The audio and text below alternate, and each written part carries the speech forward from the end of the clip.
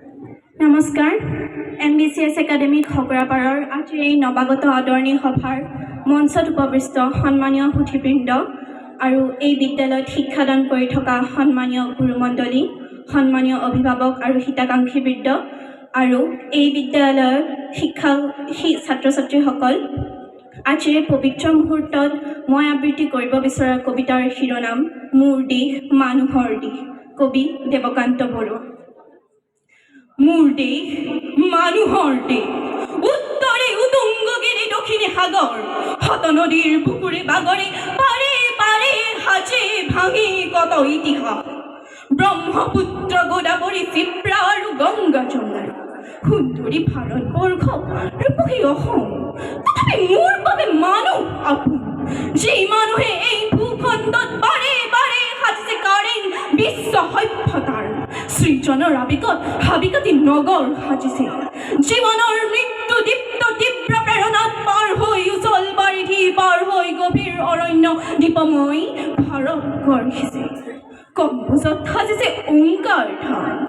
আত্মাৰ আদেশ মানি অতিক্ৰমী হিমালয়,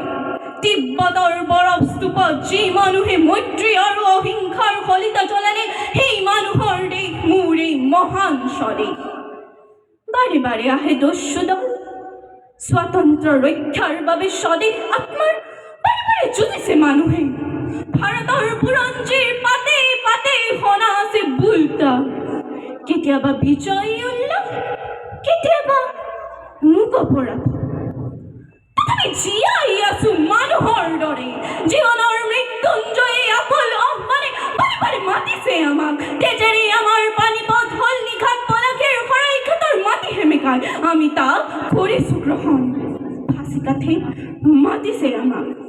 আমি তাৰ নিমন্ত্ৰণ প্ৰত্যাখ্যান কৰা নাই, সেইবাবে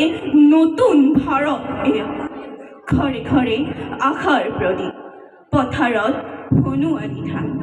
নতুন দিনৰ স্বপ্নটো চকু, ডেকা গাভৰুৰ দুবাহুত শক্তিৰ সঞ্চয়, বাহিৰত কিহৰ আৰাও,